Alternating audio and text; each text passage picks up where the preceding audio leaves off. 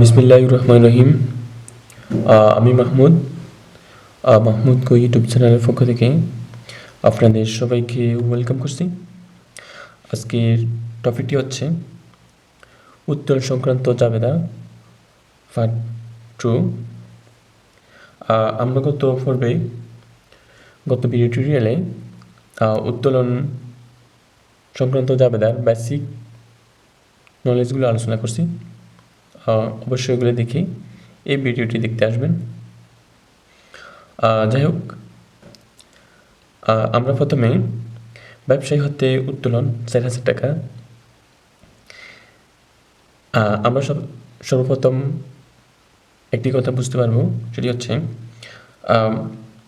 যদি ব্যক্তিগত কারবার হতে উত্তোলন করা হয় তাহলে উত্তোলন হিসাব ডেবিট, আর যদি ব্যবসায়ের জন্য করা হয় তাহলে যা উত্তোলন করা হবে ব্যবসায়ের জন্য তা হবে ডেবিট। কিন্তু ব্যক্তিগত প্রয়োজনে উত্তোলন করলে উত্তোলন ডেবিট হিসাবে এন্ট্রি দিতে হবে। যাই হোক, ব্যবসা হতে উত্তোলন, এখানে কিছুই বলা নেই। ব্যক্তিগত এবং ব্যবসায়ের জন্য উত্তোলন কিছুই বলা নাই। তো এখন আমরা দেখব, যেহেতু কিছুই বলা নেই তাহলে আমরা ধরে নেব এটা ব্যক্তিগত উত্তোলন। দেখা যাক, ধরেন এখানে ব্যক্তিগত উত্তোলন করা হলো 4,000 টাকা। যদিও ব্যক্তিগত বলা নাই, আমরা ব্যক্তিগত হিসাবে ধরে নিতে হবে। তাহলে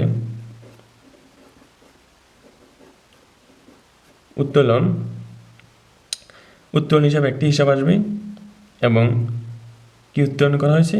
নগদ টাকা,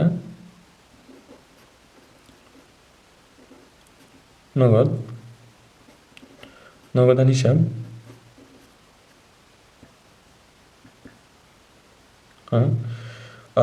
নগদান হিসাব। তাহলে আমরা দেখব উত্তোলন হিসাব যেহেতু ব্যক্তিগত করা হয়েছে, উত্তোলন হিসাব ডেবিট এবং নগদ হিসাব ক্রেডিট। এখন কিভাবে ডেবিট হয়েছে, কিভাবে ক্রেডিট আমরা আরেকটু দেখব। উত্তোলন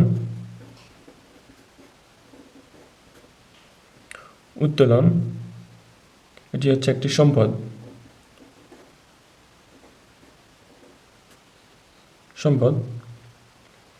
এবং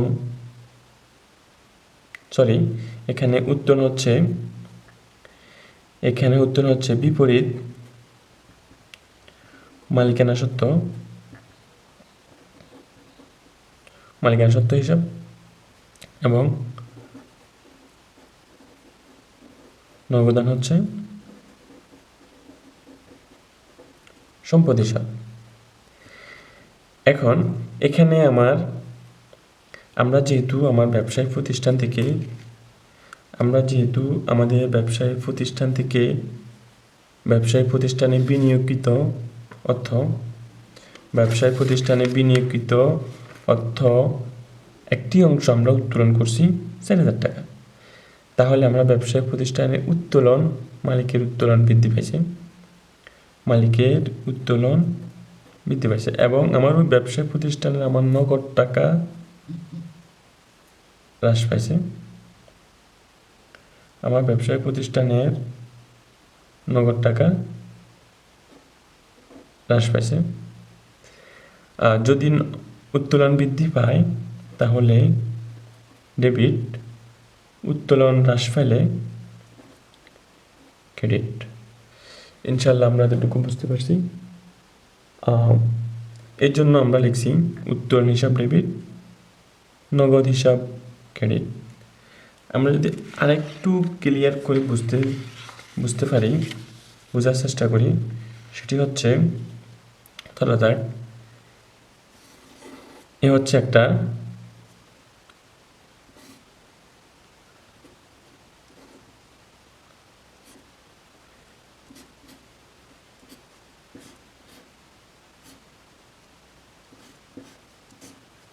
উনি ওনার ব্যবসায়িক প্রতিষ্ঠানে 10,000 টাকা বিনিয়োগ করছে উনি ওনার ব্যবসায়িক প্রতিষ্ঠানে 10,000 টাকা বিনিয়োগ করছে। ওইখান থেকে 10,000 টাকা থেকে আমরা 4,000 টাকা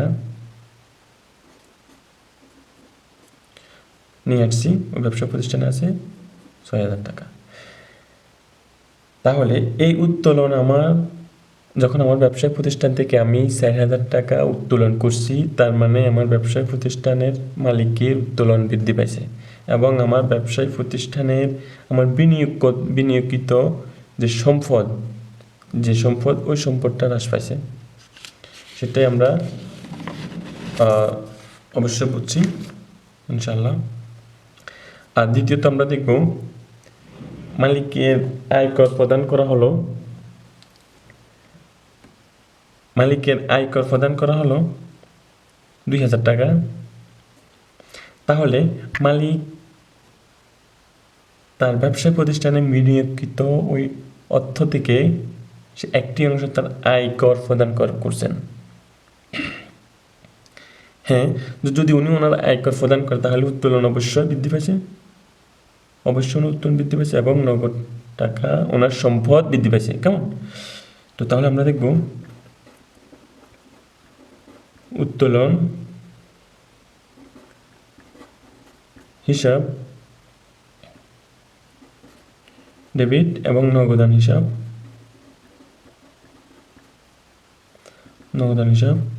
ক্রেডিট 2,000 টাকা। কেন হবে 4,000 টাকা।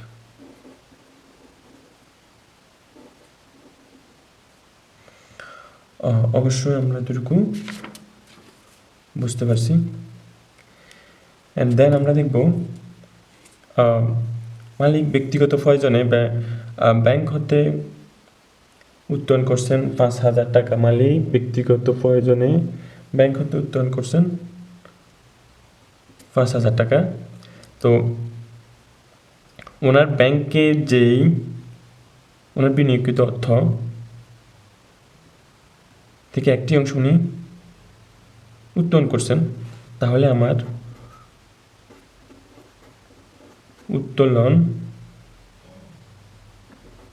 উত্তোলন হিসাব, ডেবিট 5,000 টাকা,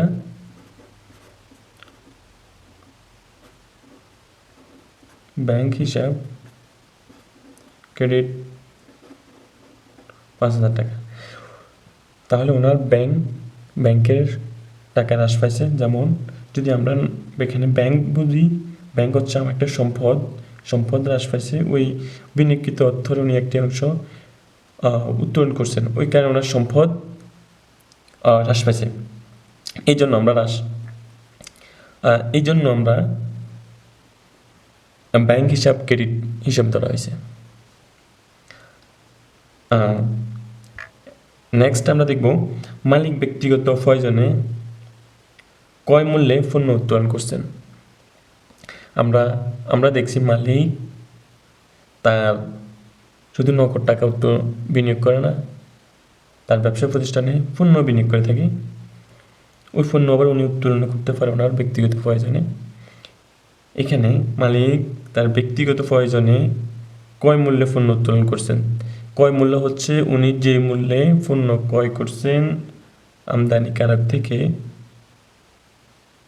ওই মূল্যে উনি উত্তোলন করে ফেলছেন।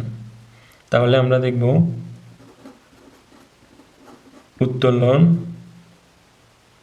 হিসাব, যেহেতু উনি ব্যক্তিগত করছেন তাহলে উত্তোলন হিসাব ডেবিট। তাহলে আমরা পণ্য হিসাব ক্রেডিট না লিখে এখানে লিখতে হবে ক্রয় হিসাব, ক্রেডিট 2,000 টাকা।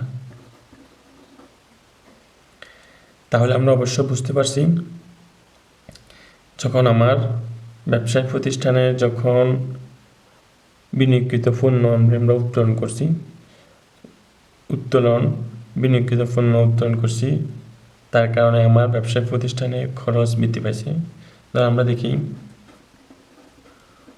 উত্তোলন একটি হচ্ছে বিপরীত মালিকানা সত্ত্ব হিসাব, আর কয় হচ্ছে ব্যয় হিসাব। তো আমার এখানে বিপরীত মালিকানা সত্ত্ব হিসাব বৃদ্ধি পাইছে এবং ক্রয় হিসাব হ্রাস পাইছে। যদি বিপরীত মালিকানা সত্ত্ব হিসাব বৃদ্ধি পায় তাহলে উত্তোলন হিসাব ডেবিট এবং ব্যয় যখন হ্রাস পাইছে তাহলে ওনার ক্রয় হিসাব ক্রেডিট। উনি ওনার প্রতিষ্ঠানের যে খরচ উনি করছে ওই জন্য ওনার ব্যয় হিসাব বৃদ্ধি পাইছে, ওই জন্য আমরা ক্রয় হিসাবকে ক্রেডিট করা হয়েছে। ইনশাল্লাহ আমরা এতটুকু বুঝতে পারছি।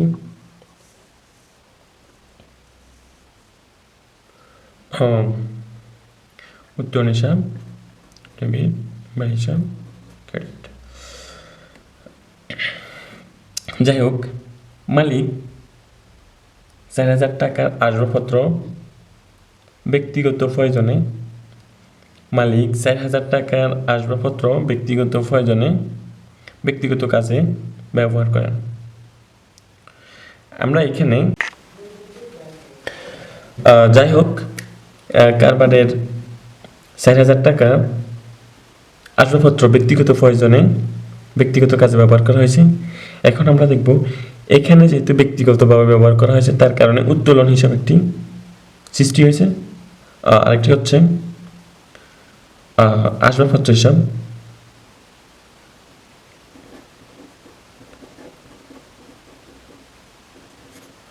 আসবাবপত্র হিসাব। এখন উত্তোলন হিসাবটি হচ্ছে বিপরীত মালিকানা সত্ত্ব হিসাব, আর আসবাবপত্র যে হিসাব হচ্ছে সম্পদ। এখানে আসবাবপত্র উত্তোলন যখন বৃদ্ধি পাইছে মালিকের তাহলে আমরা লিখব উত্তোলন হিসাব ডেবিট, আর যখন মালিকের বিনিয়োগকৃত সম্পদ যখন হ্রাস পাইছে তখন আমরা লিখব আসবাবপত্র হিসাব ক্রেডিট। তাহলে আমরা লিখতে পারি উত্তোলন হিসাব ডেবিট 4,000 টাকা,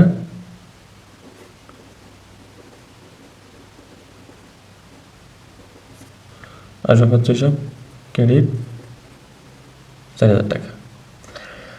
ম্যানেজারের মেয়ের জন্মদিনের উপহার প্রদান করা হলো 2,000 টাকা।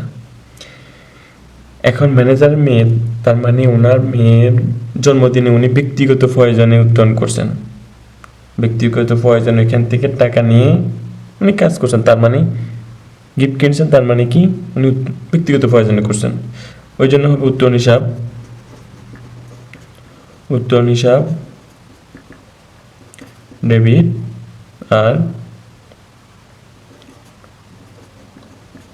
নগদ হিসাব ক্রেডিট। উনি নগদ হিসাব করছেন, নগদ উত্তোলন করছেন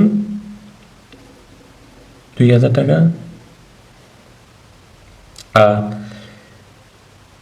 শেষ পর্যায়ে আমরা যেটা লিখব, মিস সুমাইয়া কর্তৃক ব্যক্তিগত প্রয়োজনে নগদে উত্তোলন করছেন 5,000 টাকা।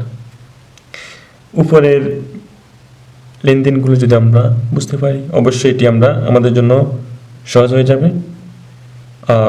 আপনারা এটি সমাধান করেন। যাই হোক, এটি আমি সমাধান করে দিচ্ছি। এটি হচ্ছে উত্তোলন হিসাব ডেবিট 5,000 এবং নগদান হিসাব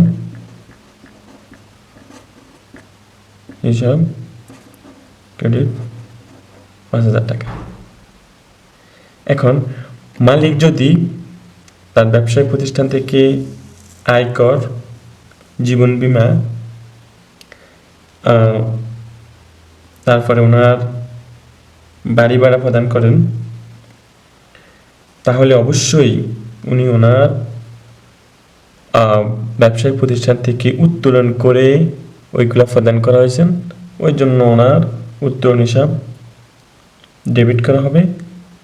এবং উনি যদি আয়কর বলা থাকে তাহলে নগদ হিসাব ডেবিট ক্রেডিট এবং উত্তোলন হিসাব ডেবিট করা হবে। উনি যদি ওনার বাসা ভাড়া দেওয়া হয়, ঘর ভাড়া দেওয়া হয়, ওটিও উত্তোলন হিসাব ডেবিট করা হবে। উনি যদি ওনার বিমা প্রিমিয়াম দেওয়া হয় ওটিও উত্তোলন হিসাব ডেবিট করা হবে, নগদান হিসাবকে ক্রেডিট হিসাবে গণ্য করা হবে। উনি যদি, আমি আরেকটু ক্লিয়ার করে দিচ্ছি, মালিক তার ব্যক্তিগত প্রয়োজনে